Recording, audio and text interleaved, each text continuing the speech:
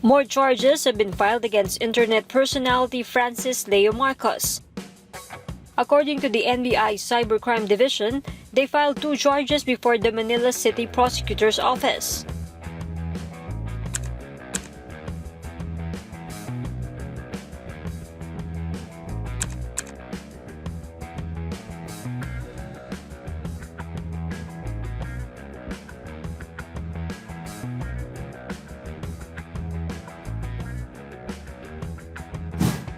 The cybercrime case was based on the complaint of First Greenmeadows Homeowners Association Incorporated.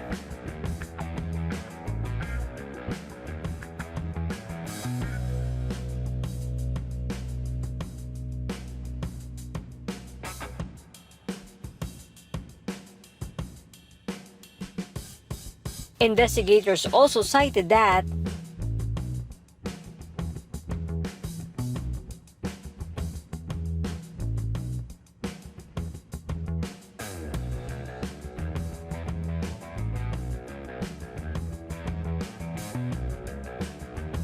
Marcos was arrested on May 19.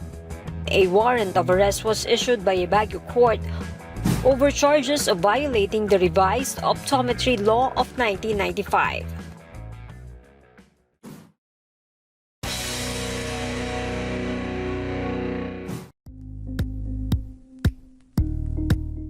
Thank you for watching Politiko TV. Please like and subscribe to our channel for more videos.